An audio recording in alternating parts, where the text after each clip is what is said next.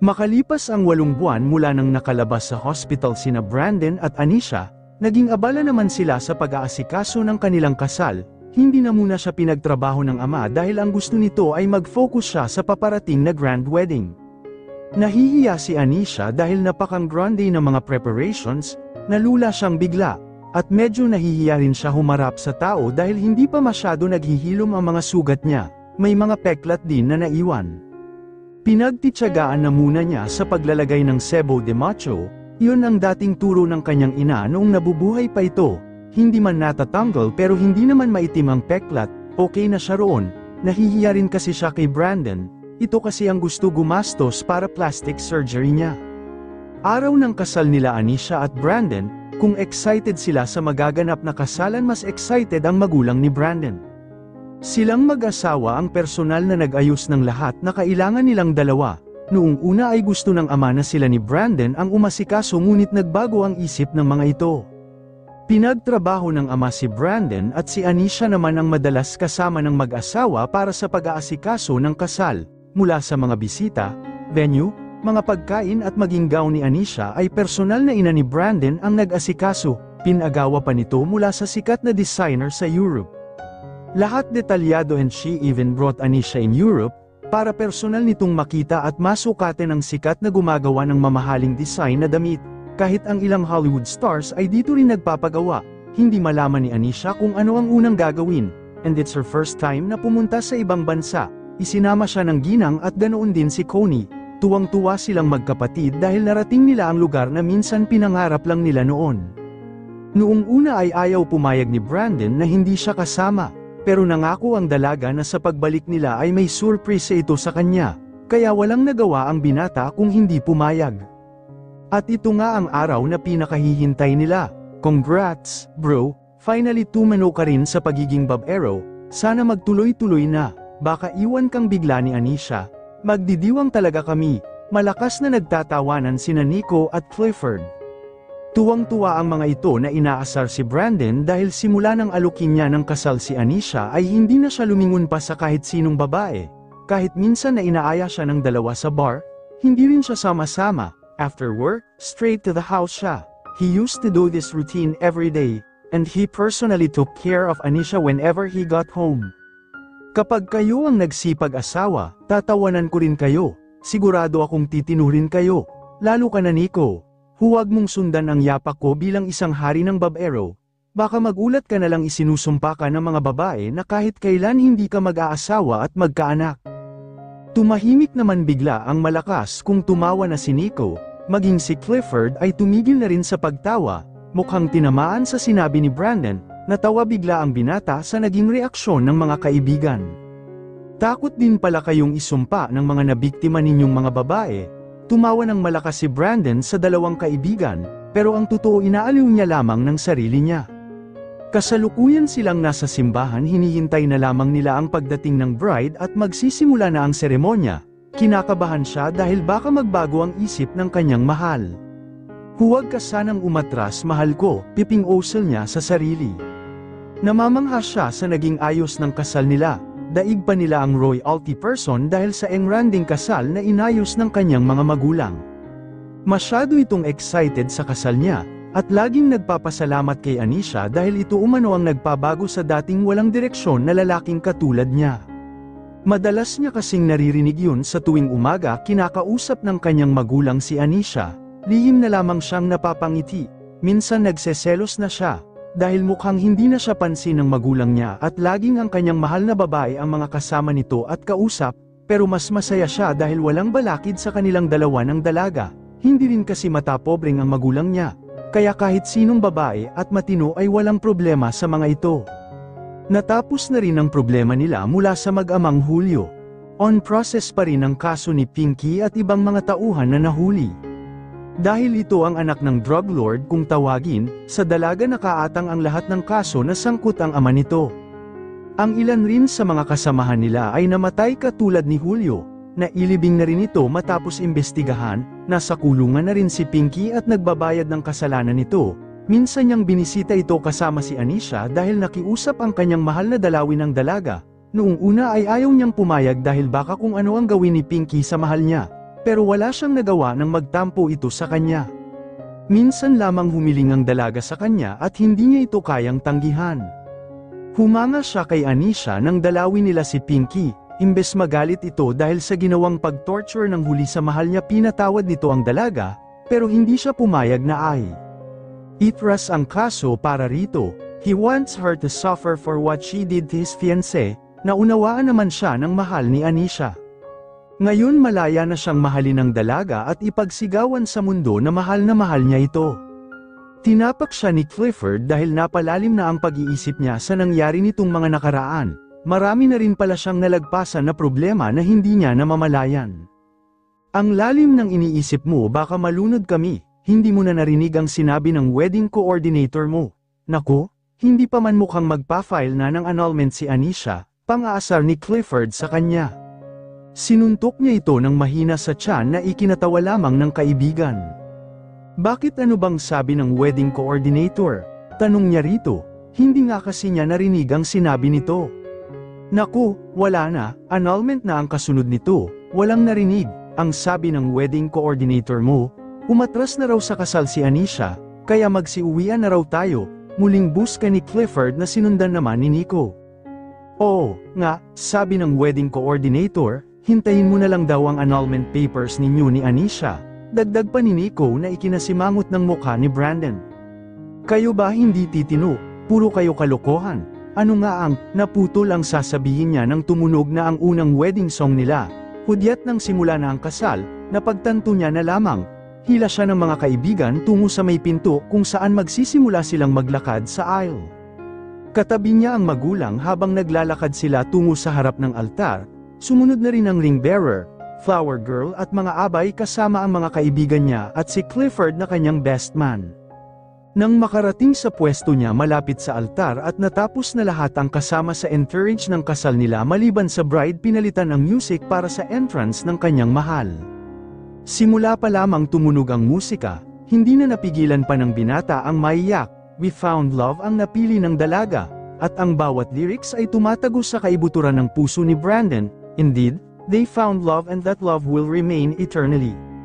Habang nagpupunas siya ng luha, biglang nagbukas ang malaking pinto ng simbahan, at doon bumungad ang dalagang nakasuot ng napakagandang wedding gown, sleeveless ang tabas nito na medyo labas ng kaunti ang kanyang cleavage. Nakasuot din ng mahabang guwantes ang dalaga na bumagay sa kanyang malaprinsesang wedding gown, ang kanyang belo ay mahaba rin sa likuran at maliksi naman sa harap, may design itong parang mga golden leaf na animoy idinuduyan ang dalaga sa isang forest.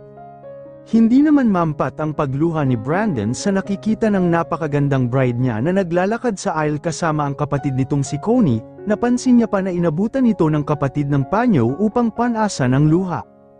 Ang ganda niya, para siyang prinsesa ng Disney cartoons. Sana ako na lang ang unang nakilala ni Anisha, manghang saad ni Nico. Si Nico ni Brandon ang kaibigan. Huwag mong pagnasahan ng asawa ko, baka gusto mong friends over tayo, umayos ka. Pagmamayari ko yan, maghanap ka ng sayo, masungit na turan niya rito. Natawa ang dalawang lalaki na kanina pa siya ayaw tigilan sa pangbubuska. Ilang sandali pa ay nakalapit na sa kanya ang dalaga na puno ng luha ang mukha, mabuti na lamang at waterproof ang makeup na ginamit dito. Ang ganda mo naman, my Tweety, parang gusto na kitang iuwi sa bagong bahay natin. Hinampas siya kanyang mahal dahil Anisha ang huling sinabi. Wow, promise mo yan ha? Hindi pa ba kayo magpapakasal? Gutom na kami, tita, tito, tara na po sa reception, iwan na natin itong dalawa. Hindi pa man tapos ang kasal. Honeymoon na ang pinag-uusapan, sumagot na si Nico dahil hindi na makatiis sa nakikitang titigan at malambing na usapan nilang dalawa. Huwag nyo na lang pong pansinin si Nico, tita, tito, naiinggit lang yan dahil walang love life, sagot naman ni Clifford at bumaling ito kay Connie. Yumuko naman ang dalaga dahil nahihiya sa binata. Oh, siya, magpakasal na kayong dalawa at ako'y excited na sa magiging apo ko. Pagtutulak ng ama ni Brandon sa kanilang dalawa tungo sa harap ng altar, naiinip na rin pati ang pari. Wala na silang sinagot pa at nagpatuloy na sa sakalan kasalan ang dalawa. Mabilis na tapos ang kasalan, maging ang reception ay ganoon din. Kasalukuyan silang lula ng private jet na pagmamay-ari ni Brandon. Patungo sila sa Boracay para sa kanilang honeymoon. Magpulot gata tayo mamaya, wife, let's make this honeymoon na sobrang makatas at malapot, natatawang wika ni Brandon. Hindi pwede yon, Bugs Bunny, tutol ni Anisha sa asawa. Kinikilig siya sa tuwing tinatawag siyang wife ni Brandon. Kumunat ang noo ni Brandon at hindi makapaniwala sa narinig. For the first time tumanggi ang asawa niya. Bakit naman, wife, ilang araw na akong tigang, hindi mo ba ako mapagbibigyan kahit 4 na rounds lang, bawasan na lang natin ang 7 rounds na nakasanayan natin, sige na, please, sama mo ng binata. Tumahimik na muna si Anisha dahil sa nahihilo ang pakiramdam, ipinikit niya ang mga mata at nagpahinga sandali, hinayaan niya ang asawa na panay ang pangungulit sa kanya. Sinisimula na rin itong lamasin ang kanyang dalawang matatabang dibdib. Hinayaan niya na lamang muna ito. Hindi rin nagtagal ay nakarating sila sa isla ng Boracay. Kahit gabi na ay makikita mo pa rin ang ganda ng isla. Private island ito at may kanya-kanyang kwarto ang bawat guests. Sabi ng kapatid niya, parang Maldives style raw ito sa umaga, kaya excited siyang masilayan ito kinabukasan. Pero kailangan muna niyang harapin ang asawa na kanina pa nagmamaktol dahil ayaw niya itong pagbigyan. Pagpasok sa villa na naka-assign sa kanila, nakasimangot si Brandon na umupo sa mahabang sofa. Lumapit siya rito at hawak sa kamay ang regalo niya para rito. Gaya ng ipinangako, may surprise siya para sa asawa. Pagkalapit ay nakangiti siya at inabot ang kanyang regalo. Para saan yan, Tweety? Tanong ni Brandon sa asawa. Nakangiti pa rin si Anisha na sanhi ang lalong pagkainis ng lalaki. Buksan mo na lang, promise ko ito sa'yo hindi ba? Surprise gift. Minuwestern niya pa ang munting regalo sa harap ng asawa. Wala naman nagawa si Brandon kung hindi tanggapin yun at buksan. Nauubusang pasensya na pinunit niya na lang basta ang wrapper nito. Poker face siya nang makita ang isang puting mahabang plastic, naiinis siya dahil mukhang pinagtitripan siya ng asawa, pero dahil mahal niya, nagtitimpi na lamang siya. Binaligtad niya ang puting mahabang plastic dahil nakataob ito. Ganoon na lang ang panlalaki ng kanyang mga mata nang masilayan kung ano yun, hindi man siya pamilyar, pero alam niya ang ibig sabihin noon. Isa itong pregnancy test, is this real, Tweety? Naluluha na tanong ni Brandon sa asawa. Nahawa naman agad si Anisha dahil siguro sa pagbubuntis kaya naiyak na rin siya habang tumatango. Yes, Bugs Bunny, naiistorbo ka baby, who says, ayaw ko, my God, wife, kahit kailan hindi ko tatanggihan ito, remember, what I told you before, pananagutan kita oras na may mabuo tayo, and it happened, thank you so much, my lovely wife, my heroine, my forever, my love of my life, my everything, I love you so much. Niyakap ni Brandon ang asawa at hinalikan ito sa noo. Hindi mo alam kung gaano mo ako napasaya ng sobra, asawa ko, ito ba ang sinasabi mong surpresa noong umalis kayo?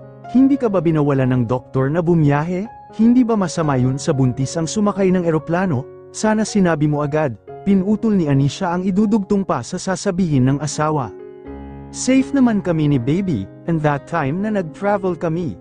Kasama namin ang OB ko, bilin yun ni mommy, and sabi ng OB healthy naman daw ako kasi 36 weeks na rin naman.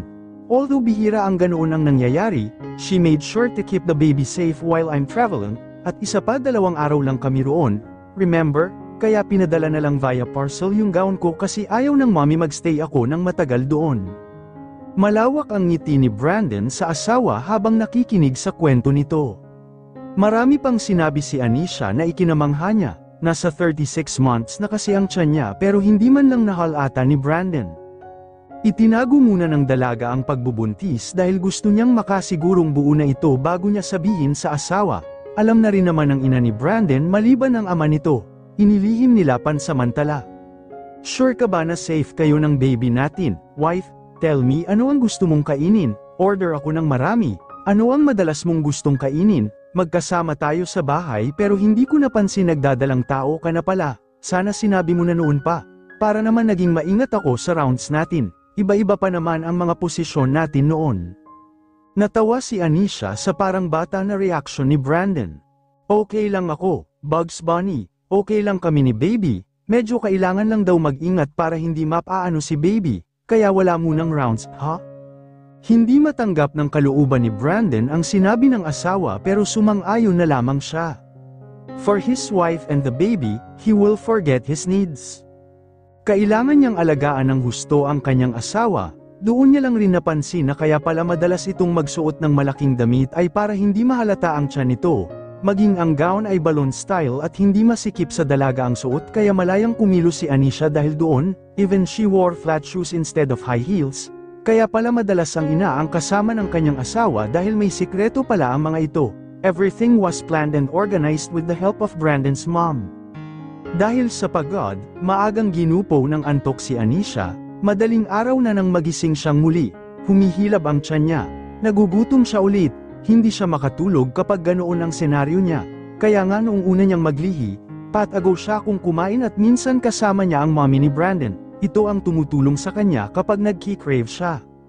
Niyugyug niya si Brandon pero hindi ito nagising, inulit niya ang paggising dito pero tulog mantika pa rin, wala siyang choice kung hindi gawin ang teknik na sigurado siyang effective. Sumigaw siya ng malakas na ikinagulat ni Brandon at nahulog pa ito sa kama sa sobrang pagkataranta. Sunog, sunog, sigaw ni Brandon habang wala sa sariling nagtatakbo sa loob ng silid. Tawa ng tawa si Anisha sa nangyayari kay Brandon. Napansin naman ito yun at tila nagising sa katotohanan, napagtripan. Na naman siya ng asawa, mabilis siyang lumapit rito at walang seremonya na siniil niya ito ng halik. Tinutulak siya palayo pero hindi nito kaya. Hanggang sa nagpaubaya na lamang si Anisha sa kanya. Dahan-dahan niyang inihiga ang asawa, bago paliguan ng halik ang buong katawan nito. Mabilis itong nahubaran ng saplot ni Brandon at tumambad sa kanya ang may kaumbukan ng tiyan ni Anisha. Hinaplos din ni Brandon ang bawat peklat na naiwan sa balat ng dalaga, bakas ng kahapon na paghihirap. Mahirap man kalimutan, pilit na lamang winuwaksi sa isipan na minsan may madilim na kahapon sa dalaga. Ayaw naman ng kanyang asawa na magpa-plastic surgery dahil di umano natatakot ito, at dahil asawa siya alam niya na kung ano ang totoo, nahihiya ito sa kanya para gastusan ng pampagamot. Next time niya nalang pipilitin ito na magpa-surgery, hindi man nagsasabi ang asawa, alam niyang sa tuwing nakikita nito ang bawat peklat sa balat ay sumasariwa ang madilim na nakaraan. Hinalikan niya ang bawat linya ng peklat nito, patungo sa mambak na tiyan ng asawa, naririnig niya pa ang ungol nito na nagpapainit ng husto sa kanya. Habang naglalakbay ang bawat halik niya sa katawan ng asawa, ang kanyang isang kamay naman ay sinasalat ang kumare nito. Napahalingihing pa ito bago umungol dahil mabilis niyang naipasok ang isang daliri sa loob ni kumare. "You're wet now, my Tweety, I love it," bulong niya sa may tainga nito at kinagat ng bahagya yun, tanging ungol lamang ang sagot nito sa kanya. "Mahal na mahal kita, asawa ko," tugon ni Anisha matapos itong mapaungol ng igalaw niya ang kanyang daliri sa loob ni kumare. "Mahal na mahal din kita, asawa ko, ikaw lamang magpakailanman." Siniil niya ng halik ang asawa kaya napigilan muli ang ungol nito nang ipasok niya ang pangalawang daliri sa loob ni kumare. Hindi niya masyado sinusundot ang loob nito ng kanyang daliri, gusto niya munang bigyan ng foreplay ang asawa.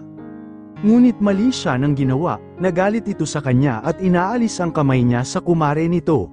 Wala pa rin nagawa si Anisha dahil malakas si Brandon. Maingat na pinatagilid ang asawa at akala lamang ni Anisha ay patutulugin siya ng nakatagilid pero nabigla siya nang doon siya pasukan ni kumpare.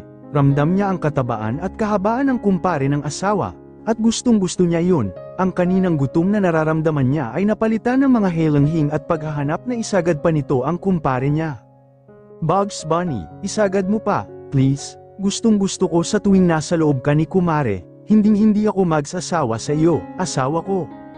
Asawa ko, baka pag isinagad ko pa ng husto, matamaan ang baby natin, baka paglabas ng anak natin puro na bukol at magalit pa sa akin, dahan-dahan lang natin, ha, asawa ko, at saka ko na isasagad ng husto kapag nakalabas na si baby." Sa next batch naman ang sagad portion, umulos siya ng bahagya na ikinaungol ng asawa niya. Hindi na kontento si Brandon, pinatuwad niya ang asawa habang magkahugpong pa rin ang kanilang kumare at kumpare. Maingat siyang umuulo sa loob ni kumare habang hawak niya ang dalawang malulusog na dibdib ng dalaga, nilalaro pa ng kanyang hintuturo, ang bawat korona nito na tayong-tayo sa mga oras na iyon. Salaitan sila ng helanghing at mga ungol sa bawat ulos ni Brandon. Mahigpit naman ang kapit ni Anisha sa bedsheet ng kama dahil ramdam niya na ang tuktok ng tagumpay. Ilang ulos pa ang ginawa ni Brandon at sumabog ang gusto ng ilabas ni Anisha. Hinihingal ito matapos maabot ang kanyang first. Hindi pa rin hinuhugot ni Brandon ang kanyang kumpare at panay labas-masok pa rin ito kahit narating na rin ito ang unang pagsabog. Habang bumabayo, muli niyang pinatagilid ang dalaga at itinaas ang isang binti nito para magkaroon siya ng magandang akses sa pagbayo kay kumare. Naghuhumindig pa rin si kumpare na tila walang nararamdaman ng pagkalupaypay, hanggang sa iba't ibang posisyon na ang ginawa nilang dalawa sa buong magdamag na pagniniig. Nagising si Brandon maliwanag na ang kapaligiran sa labas ng villa nila. Bumaling siya sa asawa na mahimbing pa rin ang tulog nito. Nakalimutan niyang bihisan ang kanyang mahal kaya nakalantad sa harap niya ang birthsuit ng asawa. Agad namang nagalit at naghuhumindig si kumpare nang makita si kumare na makinis at wala man lang buhok. Gumapang pababa si Brandon at tumapat sa kumare ng asawa. Nilabas niya ang dila at pinasadahan nito ang gitna ni kumare. Narinig niya ang paghalingging ng asawa. Pinag-igihan niya ang ginagawa rito. Ramdam niyang parang lalabas muli ang katas nito kaya mabilis niyang ipinasok si kumpare sa loob ni kumare. Bayo siya ng bayo sa asawa hanggang sa magising ito. "Good morning, asawa ko, sorry nagising kita, ha?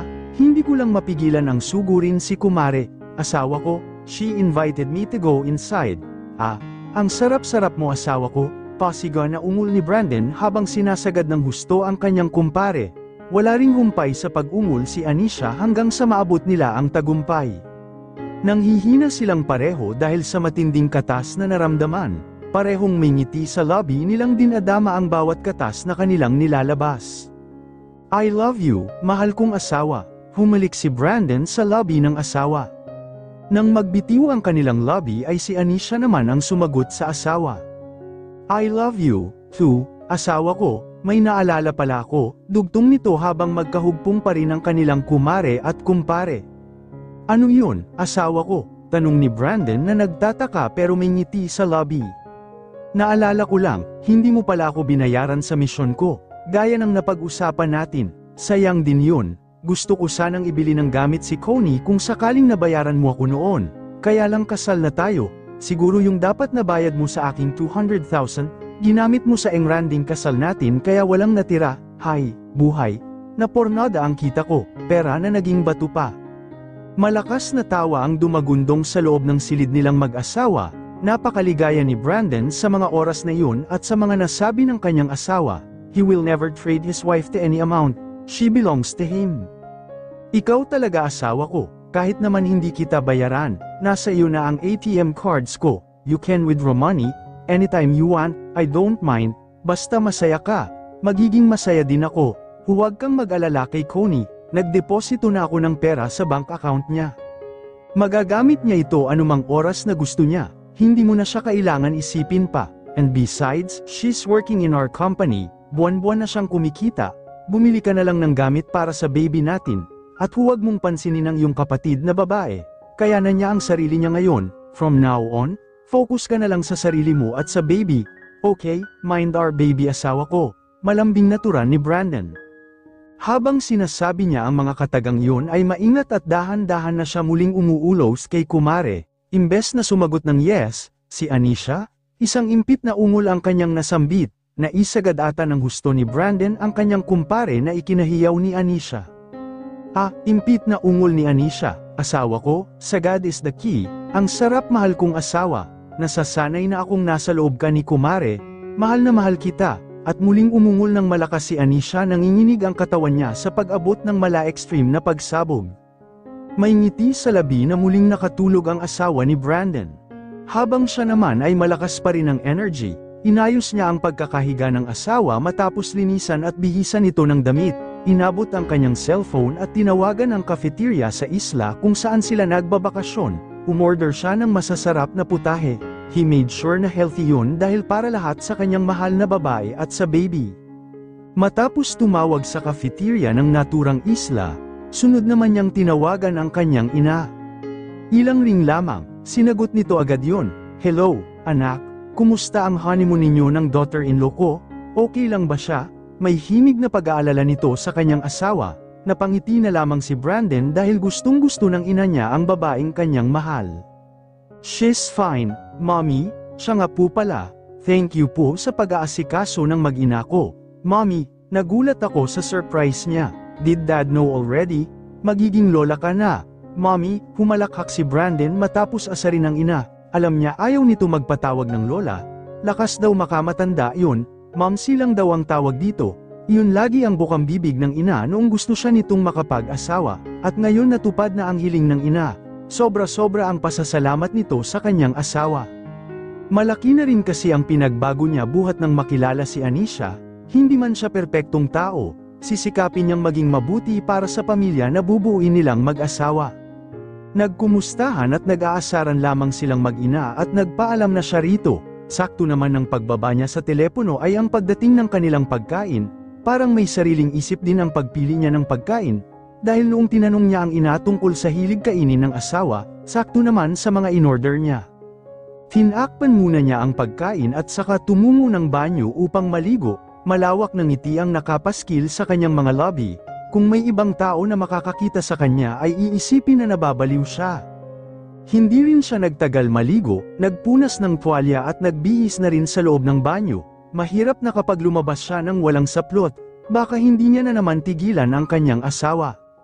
Pagkalabas sa banyo, bumungad sa kanya ang asawa na nilalantakan na ang pagkain na in-order niya. Parang hindi pa siya naramdaman nito dahil abala sa pagsubo ito ng pagkain. "Mukhang gutom na gutom ang asawa ko, ha?" Nilingon siya nito pero agad din bumaling sa pagkain. Napangiti na lamang si Brandon sa asawa. Kilala niya na ito pagdating sa pagkain. Galit-galit muna ika nga nito. Lumapit na lamang siya sa asawa at niyakap mula sa likuran. Hinalikan niya ang pisngi nito at sinabing, "I love you. I love you, too." Sinubuan siya nito ng pagkain na hindi rin niya tinanggihan. Masasabi ng binata na kumpleto na siya. Wala na siyang mahihiling pa kung hindi ang gabayan na lamang sila ng puong may kapal.